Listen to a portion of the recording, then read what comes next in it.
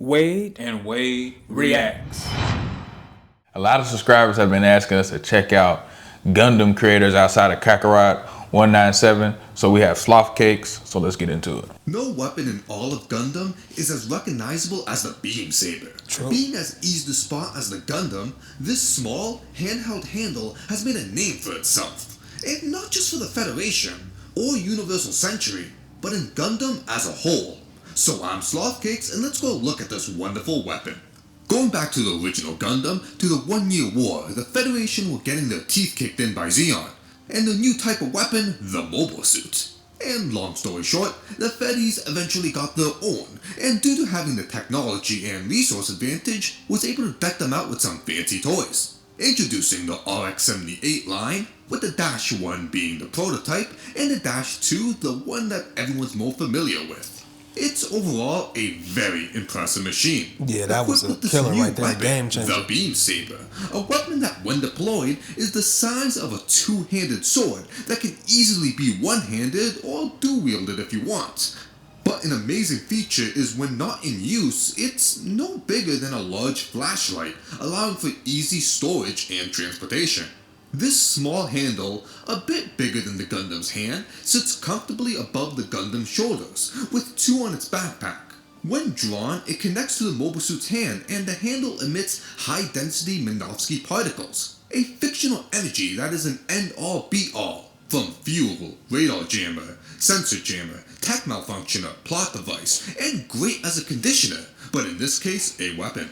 Alongside particles, a eye field would also be emitted, which helps trap the particles. It creates a hollow shell or shield in a way, in a desired shape. Then the Minovsky particles fill in that shape and feed a constant stream. Without an eye never field, knew how the that particles worked. would just spray everywhere. But when both work together, boom, an active beam saber is made. It works similar to how a beam rifle shoots, with the eye field keeping it intact, but eventually decays and alongside the particles will disperse. However, due to a beam saber still being connected to the device and mobile suit, it gets a constant stream of power, so it doesn't fizzle out. And while iffy, some beam melees have been thrown and kept their beams going for a bit. This is all thanks to E-caps, which are like Minovsky batteries. This allowed the Federation to make mobile suit-sized beam weapons, and allow mobile suits to use them without draining their generator dry. Now, what does all this hoopla lead to? Well, an extremely effective melee weapon. This thing rocks. It For is real. awesome. Cuts through anything. Easy portability, uniform design. The blade's a beam, so no maintenance needed. And the beam saber can cut through practically anything with ease. If it's not a other beam weapon, beam treated, or luckily for Zeon, a superheated weapon. The Federation struck gold with this thing, and its impact to mobile suit technology is massive. Not only did the Federation use it as their main melee weapon, Zeon would soon adopt it, and mobile suits as a whole would use it as a standard melee weapon. It would be alongside the head Vulcans as the most common weapon among mobile suits. Now, they're not without flaw. Easy We can 8. assume they're more One of my expensive favorite to make designs than right Heat there. Hawk due to the new technology, and it is basically a giant glow stick, so it's pretty noticeable when turned on. You're gonna be able to spot this thing from a distance, and they do produce a good amount of heat.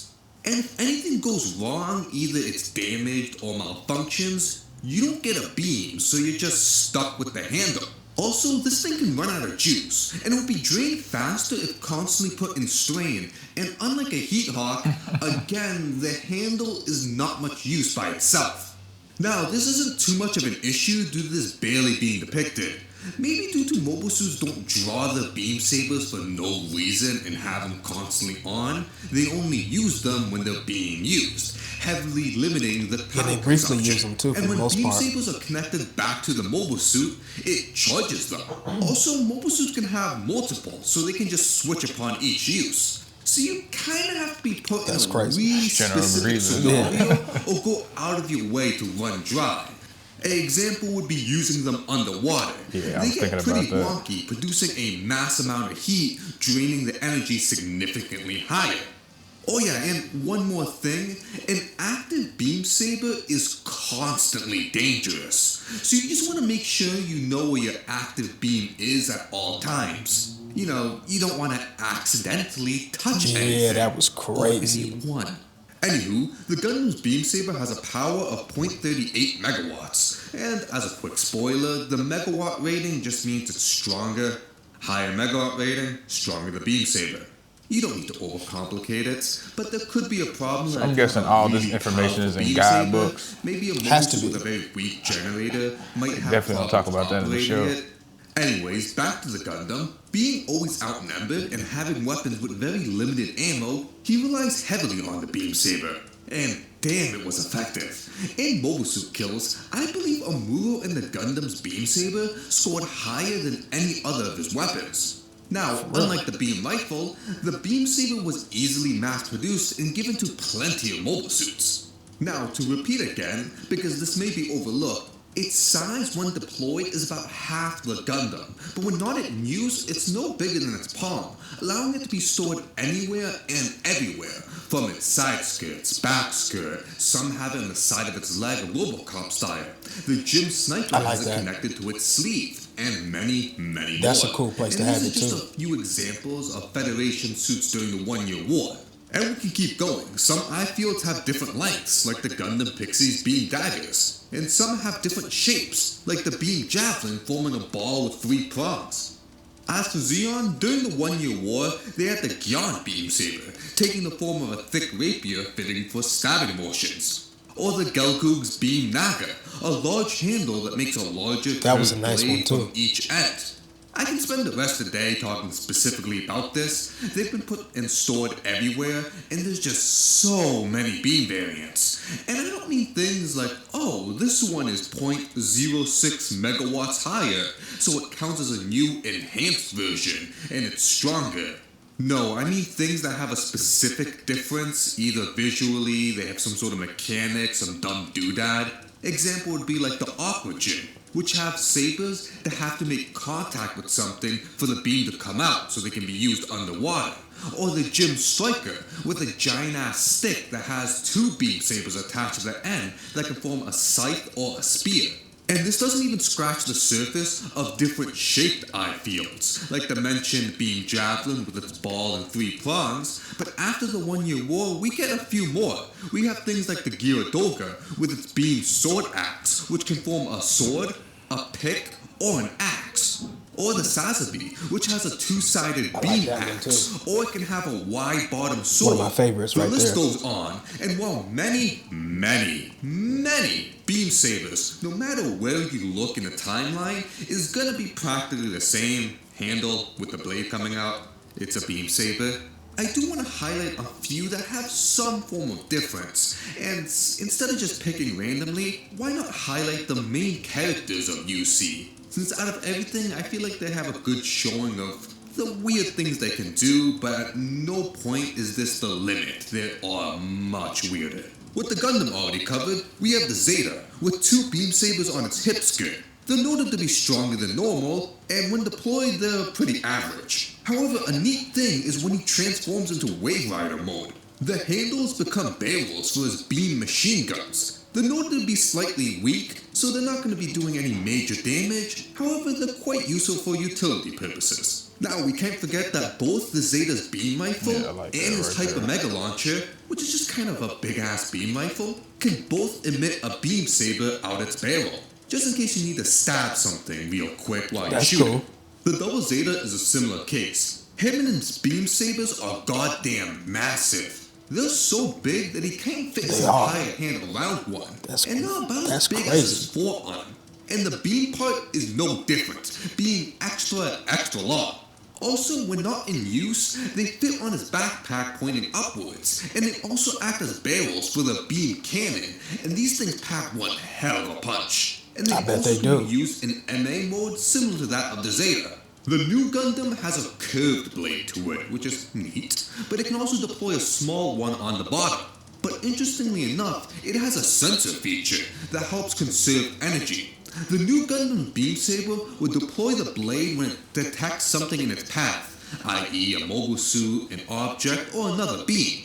How this works is most likely the eye field is deployed, but when it comes close to something, the Minovsky particles get deployed out. Doing this allows for some heavy energy saving. Yeah, I was thinking the with same Muro's thing. track record of always being outnumbered really comes in handy. As for the unicorn, he has 4 beam sabers on him. 2 on his forearms, which is his beam tonfas, and he has 2 additional on his backpack. And we can quickly touch base with things from late UC. And with the advancement in technology, we get some interesting things, like the beam shield.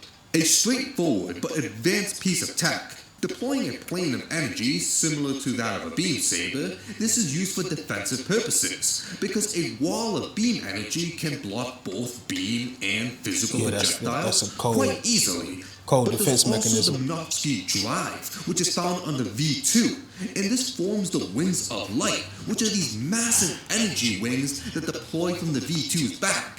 And these things are giant beam sabers. They can be used as offensive purposes, cutting through anything. Another guy has in its wings path, like that and too also in defensive, Gundam Seed wrapping Destiny, I around think, or V2 Freedom. and acting like shields. Then there's the X1 with the beam Saber, which is just a really Oh, that's cool looking cold. beam Yeah, cutlass. it is. And it has an attachment that can turn it into a very powerful beam rifle. Really cool Versatile, weapon. too. I love the handle. It has the guard and everything. And he has a cage. This right here is Yeah, peak that's mobile crazy. suit weapon design.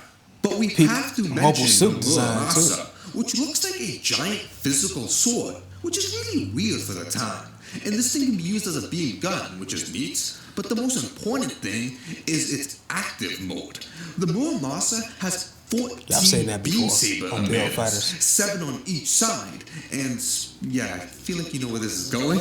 This thing can activate all of them at the same time. Looks like So a Christmas when tree. activated, the Muramasa just looks like it has teeth going around the entire edge. And this thing looks horrifying. And also, again, like the Zanbuster, Yeah, that's this crazy. is peak mobile suit weapon design. For real. And to keep It can repeating do myself, everything. this only scratches the surface of things we could cover. We could go into much more details on the ones I highlighted, but hopefully this gets the idea of what UC is like, because we have to move into the alternative universes.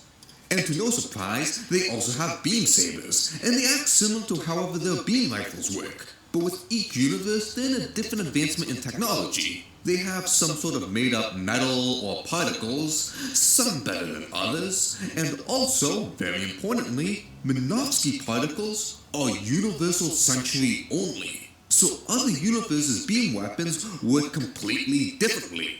But at the end of the day, they all still do the exact same thing. So let's highlight a few. For some quickies, let's look at G Gundam, where we have the Master Cloth used by the Master Gundam. It's a cloth-like whip that's used to slice, grab, or smack things. That's this ridiculous. because Master Asia said so.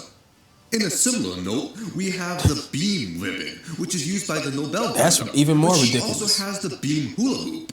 And we cannot forget to mention that the Keeler Gundam's beam trident. This one's not That's as pretty cool. noteworthy as the others, but I only get so many chances to mention him, so I gotta do it. If we look at After Colony, Gundam Wing, we have the Death Scythe, which has a beam scythe. And there's also the Epion, which got this massive beam saber with a really cool handle that connects straight to its Ooh. generator, roiding the hell out the thing. Next, with Auto Dominate Gundam 00, we have GM particles, which, like Minovsky particles, do quite a few things, like make beam weapons work. And while there's plenty of cool things to highlight in this universe, let's look at the Exia, Sure. which carries both types of melee weapons. He has beam melee, as in his beam sabers, and he carries That might be my physical favorite weapons, universe like outside his of the GM UC sword timeline. and GM blades. Then there's Gundam Seed, the Cosmic Era, with their beam sabers consisting of light particles, Seed, too. which are kind of held together by a magnetic field. But this does what you expect a beam saber to do. But interestingly enough, they do have this one neat feature that stands out from the rest, because beam sabers in the Cosmic Era cannot clash with each other, except for that one time. So combat is done differently, which is a neat thing. Then, as a final highlight, in the post-disaster universe, Iron-Blooded Orphans, we don't have beam sabers or beam weapons True. due to nanolaminate armor. This armor is common among mobile suits, rendering beam weapons useless enough that they're not used in mobile suit combat. So you gotta do it the old-fashioned way and beat each other with rocks and sticks. but there are mobile suits like the Hashmal that have them. But they're used mostly for civilian use, so you don't gotta worry about that. And again, we're not explaining how beam weapons work in that universe as well. Now, even with those examples, there's still other universes out there, and even with the ones I did highlight, there's still plenty of noteworthy things to talk about, but they're all at the end quite similar. Beam sabers are created by insert reason here, and at the end they're really good at cutting. And while each universe will throw in their own little bit of spice, and with these universes there'll be some odd ones out, and as long as Gundam is a thing, and a new series in a new universe comes out with their own fancy schmancy tech, they're going to have beam weapons. Well, except for that one time they didn't. Yeah, and Iron it's Blooded always Orphans. a treat to see how the hell they work. Do they even explain how it works? Do they For do the most part, anything they unique? don't. Do they try anything different? Or do they just copy and paste it? Because, well, if it ain't broke, don't fix it. Anyways, that's me rambling about the basics of beam sabers. And with this out the way, we now dipped our toes in and absorbed the basic knowledge. We now have a little bit of an understanding, very little, about how beam sabers are in Gundam. And from here, we can take various paths. We can either go more into detail, look at something very specific, or venture off and look at something really stupid. Shout out to Sloth Cake. This is our first time watching one of his videos. It was pretty good and pretty informative too as far as how beam sabers work. Because beam sabers, they're one of the staples of the Gundam universe. You don't think about Gundam without a beam saber. True. And it's kind of reminiscent of the Jedi weapon. I'm pretty sure the guy that made Gundam was inspired by the Jedi and their weaponry. Oh yeah, most definitely. Sloth Cakes did a good job at explaining the beam saber basics. He explained how they worked in each universe. He's definitely a great YouTuber and great at what he does. He gave us a lot of information to digest. And he said that that's only the tip of the iceberg, and he has much more to give and inform his viewers about when it comes to other timelines and other universes in the Gundam franchise. I'm definitely in for more of his content. Yeah, and let us know what's your favorite beam saber type weapon. You know, whether it's the scythe, the axe, you know, anything from Gundam. Let us know down in the comments. That does it for our reaction to this subscriber request. Don't forget to leave your thoughts in the comment section. Also, like, share, subscribe, and hit the notification bell so that you'll never miss a video from Wade and Wade Reacts. And we're out of here. Peace.